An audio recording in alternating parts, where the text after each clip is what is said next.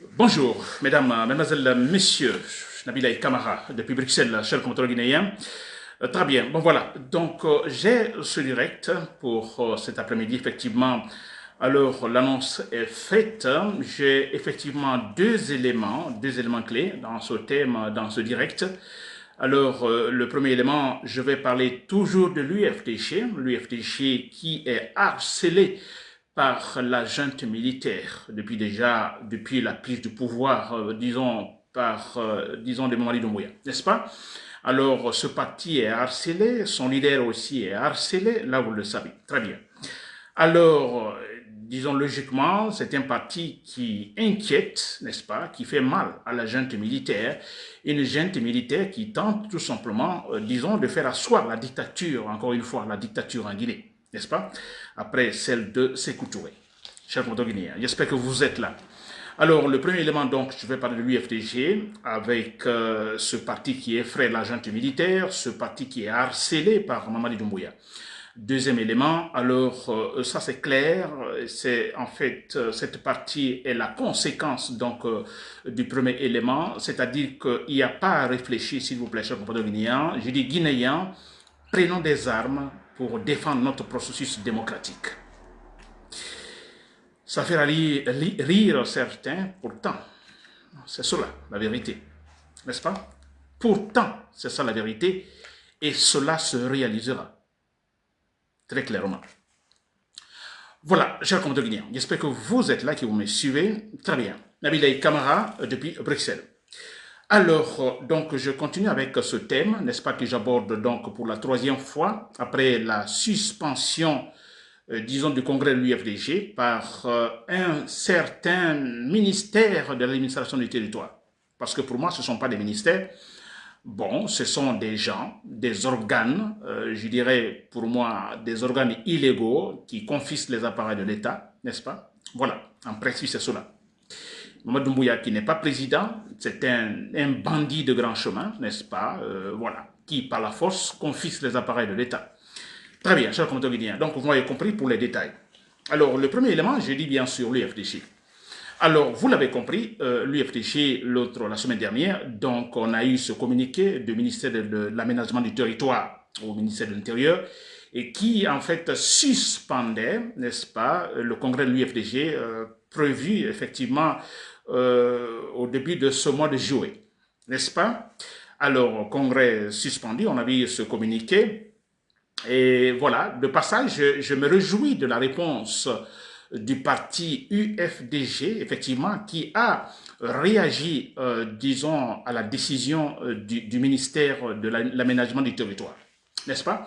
Alors, j'ai aimé, franchement, c'est l'argumentation est effective, n'est-ce pas, est convaincante et est rationnelle. Très bien, j'en parlerai, disons, quelques points dans ce direct, cher compte guinéen. Alors, je disais, alors rien n'est étonnant, commençons par cela, rien n'est étonnant, donc, parlant de ce qui arrive actuellement à l'UFDG. Ce n'est pas étonnant, rappelez-vous, dès le départ, on a donc Mamadi Doumbouya qui va au cimetière avec ce discours que désormais, personne ne mourra pour la politique, vous vous rappelez? Voilà ce discours. J'espère que vous vous rappelez ce discours. Personne ne mourra pour la politique, mais après, que s'est-il passé, n'est-ce pas? Des centaines donc de citoyens sans armes ont été tués par Mamadi Doumbouya. Alors, je dis bien, ce n'est pas étonnant ce qui arrive donc à l'UFDG maintenant, parlant de donc ce qui arrive quelque chose relatif à cette suspension de son congrès. Alors, vous vous rappelez également le leader de l'UFDG, Cellou Dalein Diallo, n'est-ce pas? Alors, le litige autour de son domicile dans lequel il habitait depuis des années, n'est-ce pas? Alors qu'il a acquis, en fait, ce domicile, il l'a acquis légalement, n'est-ce pas, selon lui. Voilà. Bon, de toute façon, le pouvoir vient, la junte militaire vient. Bon, écoutez, ce terrain ne vous appartient pas, ça appartient à l'État. D'accord. Il y a une plainte de la part de ce Dalein Diallo. Voilà l'affaire au niveau du tribunal. Alors, on a vu comment cela s'est terminé, s'il vous plaît. La junte a-t-elle écouté disons, a-t-elle attendu la décision de la justice? Non, tout de suite, il y a eu une réaction. Alors, voilà, le domicile est récupéré, tout de suite saccagé, n'est-ce pas? Alors, ça ne nous étonne pas ce qui arrive maintenant à l'UFDG, cher compteur guinéen. Alors, ça ne nous étonne pas parce que, bon, écoutez, nous savons tous, c'est dans un Diallo, alors est l'homme clé dans cette affaire, comme il a été également donc, pendant le règne de Alpha Condé. Alors cet homme, c'est un leader politique charismatique, il a un parti politique avec des électeurs constants, n'est-ce pas? Alors on a vu que donc c'est un homme sérieux, alors pour un pouvoir qui veut en fait imposer la dictature, n'est-ce pas, pour un pouvoir totalitaire, comme on a vu avec Alpha Condé maintenant. Donc, quand vous avez la conclusion dans la tête que, alors, votre but, c'est un pouvoir totalitaire ou dictatorial, il est clair qu'en ce moment que vous n'allez pas aimer Cellou Dalein Diallo et que vous n'allez pas aimer l'UFDG, n'est-ce pas? C'est clair. Alors, tout de suite, alors c'est un homme à abattre, c'est un homme à supprimer, c'est Dalein Diallo, c'est un homme à dévaloriser, n'est-ce pas? Alors, tout de suite, on a cette argumentation bidon, je ne sais pas qui vient d'où, on ne sait pas, c'est-à-dire l'affaire Erguiné. Alors, un dossier vide, c'est vrai. Alors, on fait écoute, il faut l'accuser, il faut accuser ce monsieur parce que tout simplement, dans les temps, il était donc au ministère des Transports au temps de Lansana Conté, n'est-ce pas? Alors, bon, tout de suite, il faut le faire, il faut l'accuser, ben écoutez, il possède des armes, il possède, disons, il contrôle les institutions de l'État, plutôt les différents appareils de l'État, ils ont la banque et tout. Donc, ils ont le pouvoir, donc le pouvoir exécutif, le pouvoir judiciaire, le pouvoir parlementaire, disons le Conseil national de transition. Ils ont tout ça dans leurs mains, Mamadou Doumbouya a tout ça dans la main. Alors, rien d'étonnant, donc il faut tout imposer. N'est-ce pas? C'est pourquoi ils ont essayé, avec cette argumentation, essayer d'accuser Cellou Dalein Diallo dans le dossier Erguiné. N'est-ce pas?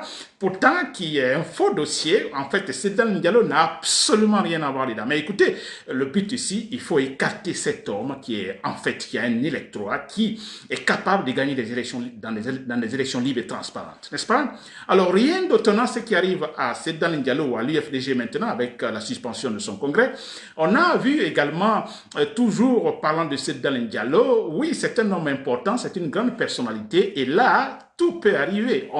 Des ennemis sont là, trouvant en fait, des argumentations, des points faibles par-ci par-là pour tout simplement le casser. On a vu ces vidéos qui ont circulé accusant alors le leader de l'UFDG. Le but était effectivement de le dévaloriser. On a vu tout ça. Et c'est pas suffisant. Rien n'est étonnant avec la junte militaire, n'est-ce pas? On a vu tout récemment, on empêche Cellou Dalein Diallo, un leader politique citoyen guinéen, qui a presque, s'il n'a pas été touché, gagné des élections présidentielles, même des élections législatives en Guinée. 2010, 2015, 2020. Incluant des élections locales. S'il vous plaît. On a vu, vous vous rappelez les élections de la capitale Conakry, où l'UFDG a raflé presque toutes les communes. N'est-ce pas? Alors, on empêche cet homme-là d'aller se recenser. On l'empêche, s'il vous plaît. Tout est flagrant, on l'empêche. Sinon, à partir, disons, de cette personnalité, n'est-ce pas, en tenant compte de son historique politique, un historique politique récent, on lui doit du respect, en le laissant se recenser. Ça n'a pas été le cas, n'est-ce pas? Et on dit qu'il est poursuivi pour dans quel dossier, dans quel cas? Nous savons que c'est un faux sujet, alors c'est une fausse accusation, l'affaire Erguiné. C'est très clair. C'est-à-dire, il faut écarter Cellou Dalein Diallo. Ce n'est pas seulement Cellou Dalein Diallo, c'est le peuple. Le peuple, s'il vous plaît, ne l'oubliez pas. Alors, aimez ce discours, non, ça c'est la vérité. Le peuple, Alpha Condé était très clair, il le disait clairement. Et qui sont au pouvoir actuellement? Mais c'est le RPG, n'est-ce pas? Tout sauf le peuple au pouvoir. Cellou Dalein Diallo est un peuple, Cellou Dalein Diallo est une grande personnalité peuple, Cellou Dalein Diallo est très charismatique, cet homme a une éducation, bon voilà, ça aggrave la situation. Il faut l'écarter. Vous comprenez, chers compatriotes, il y en a plein, n'est-ce pas? Alors, est-ce que ça vous surprend disons que maintenant, on entend, disons, on voit le ministère, un ministère, l'administration publique, s'il vous plaît, qui va faire un communiqué empêchant l'UFDG d'organiser son congrès. Après une décision judiciaire, pourtant, demandant à l'UFDG, qui d'abord la réintégration d'Ousmane Gawal Diallo, ensuite, s'il vous plaît, écoutez, bon voilà, vous pouvez organiser votre congrès. C'est une décision judiciaire, s'il vous plaît. Il y a une décision judiciaire qui demande la réintégration d'Ousmane Gawal Diallo suite à sa plainte. C'est Ousmane Gawal Diallo qui porte plainte parce qu'il a été injustement exclu du parti. L'affaire a été réglée donc au niveau du tribunal. Ousmane Gawal Diallo, vous pouvez réintégrer le parti. Et puis voilà, ce point qui ne surprend pas, ça ne peut pas surprendre, on a tout de suite le ministère de l'administration du territoire, alors qu'il fait un communiqué, cette fois-ci, pour moi, entre guillemets, insultant la décision judiciaire, demandant la réintégration de Ousmane Gawal Diallo au parti et aussi demandant à l'UFDG, effectivement, d'organiser son congrès. Vous comprenez, chers compatriotes guinéens? Alors, ce n'est pas surprenant quand même, n'est-ce pas? Alors, vous voyez la décision judiciaire et voyez donc la décision d'un ministre, s'il vous plaît, le ministre de l'administration du territoire, fameux ministre de l'administration du territoire. Et qu'est-ce qu'il dit dans son communiqué, en fait, ce ministère, s'il vous plaît? C'est quand même incroyable. Il y a une partie prise. Il y a une partie prise totalement pour les traites de l'UFDG. Les traites qui sont pourtant payées par Mamadi Doumbouya, payées par, disons, la junte militaire pour essayer de détruire l'UFDG. Vous lisez le communiqué du ministère de l'administration du territoire, il y a une... le ministère a pris parti pour les traites. Sans écouter les allégations, les argumentations de l'UFDG. N'est-ce pas? C'est quand même incroyable. Et ce qui est quand même, je dis, ils ne sont pas intelligents. En plus, ils ne sont pas intelligents. Dans son communiqué, alors, le ministre parle de quoi? Il parle du mouvement des réformateurs. Il dit dans son communiqué, alors, qu'il faut tout de suite alors associer les réformateurs, c'est-à-dire les traites, les réformateurs de l'UFDG, alors dans, disons, la préparation du congrès de l'UFDG. Ils doivent être associés. Donc, il est question d'Ousmane Gawal Diallo, il est question alors de Selou Baldé, il est question de Joachim Bamba, voilà, tous ces traites, s'il vous plaît, qui doivent être associés. La décision du tribunal a-t-elle donc abondé dans ce sens-là? A-t-elle dit quelque chose dans ce sens? On a parlé de la réintégration de l'UFDG, plutôt de Ousmane Gawal Diallo, donc conformément à la plainte posée par ce dernier, Ousmane Gawal Diallo, mais c'est clair. Et là, le ministère intervient. Écoutez, ce n'est pas étonnant quand on parle du ministère et la justice. Nous savons tous, j'ai dit au départ, que tout est dans la main de Mamadi Doumbouya. Le pouvoir exécutif, le pouvoir judiciaire et, disons, le pouvoir parlementaire, le Conseil national de transition. Donc, ce n'est pas étonnant. Alors, je suis en train de faire la part des choses en parlant du tribunal, mais aussi du ministère. Mais écoutez, c'est la même chose. Tout est dans la main de Mamadi Doumbouya. N'est-ce pas? Mais voilà, nous détaillons, chers compatriotes guinéens. Vous l'avez compris, associer les réformateurs, on dit mouvement des réformateurs de l'UFDG. Alors, ce qui est étonnant, qui est quand même bizarre, j'ai vu cette argumentation dans la réponse, dans la réaction de l'UFDG à la décision du ministre, c'est quand même extraordinaire, c'est fondamental. Alors, le ministre parle de mouvement des réformateurs. En fait, mouvement des réformateurs qui n'a aucun fondement juridique. Qui n'a aucun fondement juridique. C'est comme quand eux, ils le disaient à un temps, au temps d'Alpha Condé après, par rapport à, comment on appelle ça, FNDC. On disait que le FNDC n'a aucun fondement juridique. Alors, ça n'existe pas. Alors, on a ce qu'ils appellent le mouvement des réformateurs dans l'UFDG, mais ce mouvement n'a aucun fondement juridique. Et le ministre l'utilise en disant, vous acceptez les réformateurs. Ce mouvement des réformateurs dans l'IFTG, dans les prises de décision ou dans l'organisation du congrès de l'IFTG, c'est quand même extraordinaire. Je dis bien, on parle d'un mouvement qui a été créé, donc je dirais même spontanément, même pas un an, un mois, même pas un mois, qui n'a aucun fondement juridique et que le ministère en parle, s'il vous plaît, dans sa décision. Vous comprenez? Et regardez encore, écoutez, je dis bien le ministère a pris parti, vous comprenez, alors pour ce qu'ils appellent les réformateurs.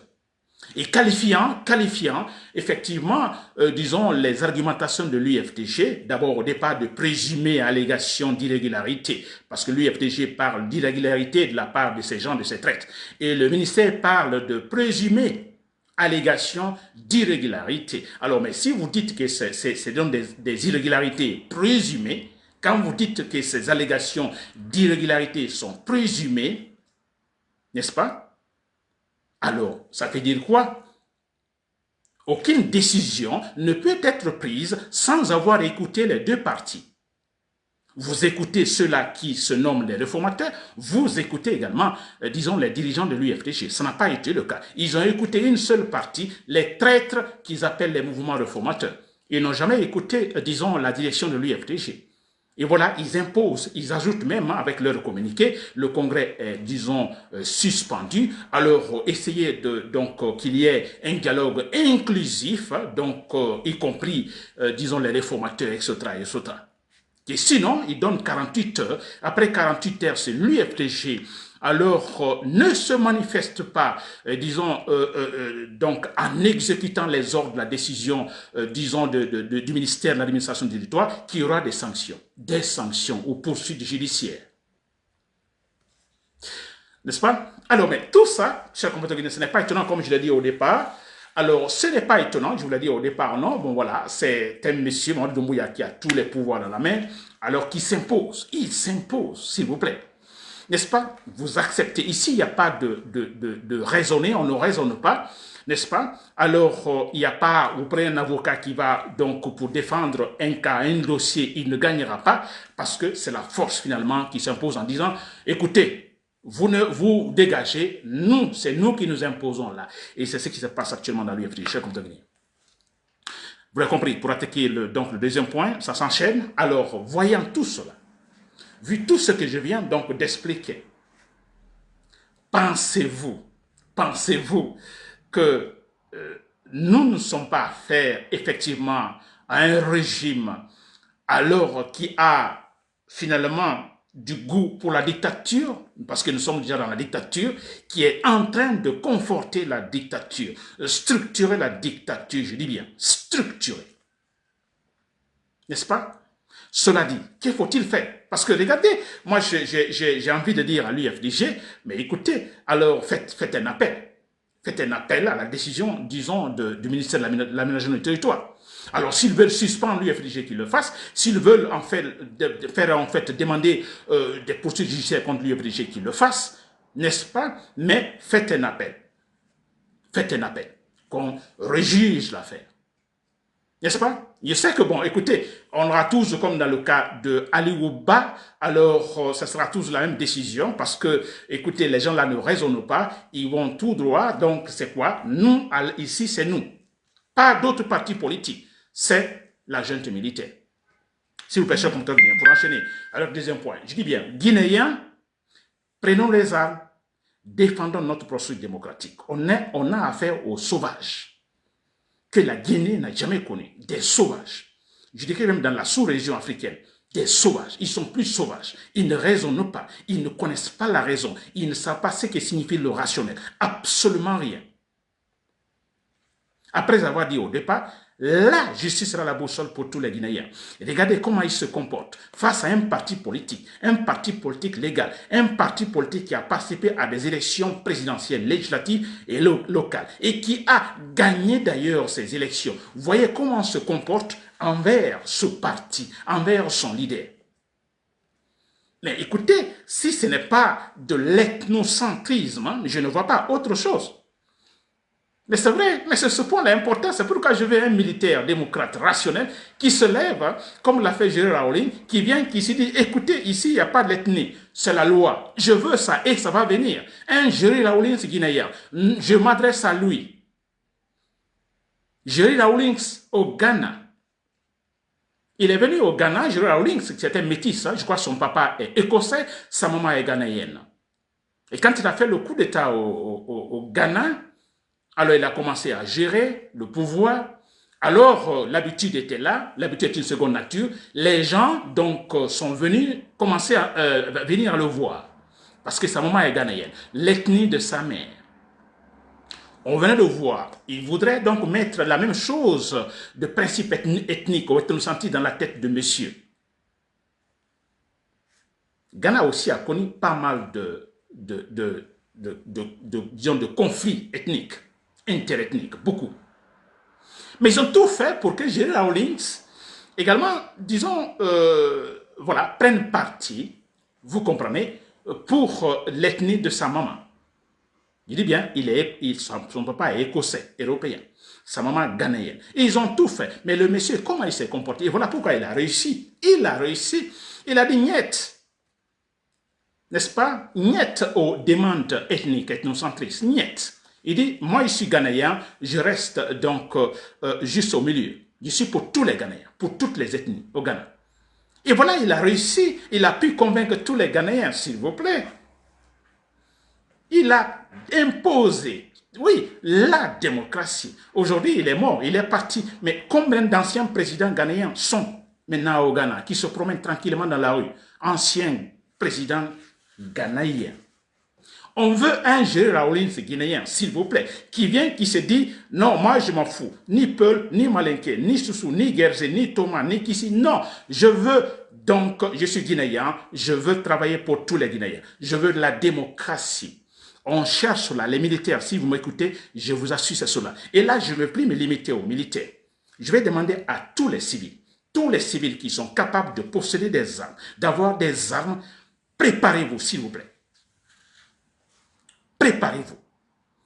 C'est pas seulement les militaires. Les militaires, là où vous le savez déjà, les rationnels, vous le savez. Mais tous les civils qui sont capables de posséder des armes, d'avoir des armes, préparons-nous et allons tout droit vers ces bourreaux, ces malhonnêtes Mamadi Doumbouya. S'il faut une guerre civile, il faut la guerre civile en Guinée. On se respectera après. En Côte d'Ivoire, après la guerre civile, les citoyens ne se respectent-ils pas là-bas? En Côte d'Ivoire, ils se respectent en Côte d'Ivoire, même si on ne parle pas encore de démocratie, disons, proprement dite, n'est-ce pas? Mais écoutez, ils se respectent, ils savent ce qui s'est passé avec la guerre civile.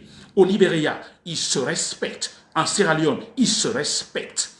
Il faut ça, chers compatriotes guinéens. On fait ça, on n'aura plus affaire à ces groupes ethnocentristes qui viennent demander pour dire, bon, écoutez, c'est nous qui, seuls, pouvons diriger en Guinée.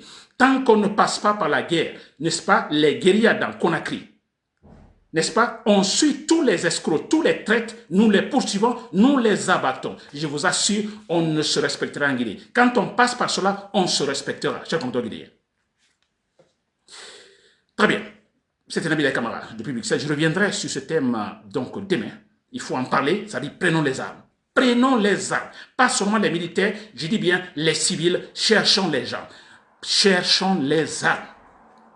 Et une fois que nous les avons, ces armes-là, les civils, s'il vous plaît, nous avons les traites. Les traites, nous les abattons comme ça a été le cas en Côte d'Ivoire. Tous les traites, nous les abattons. Si, je vous assure, chers compatriotes guinéens, si nous passons par ça, par cette méthode-là, on se respectera dans ce pays.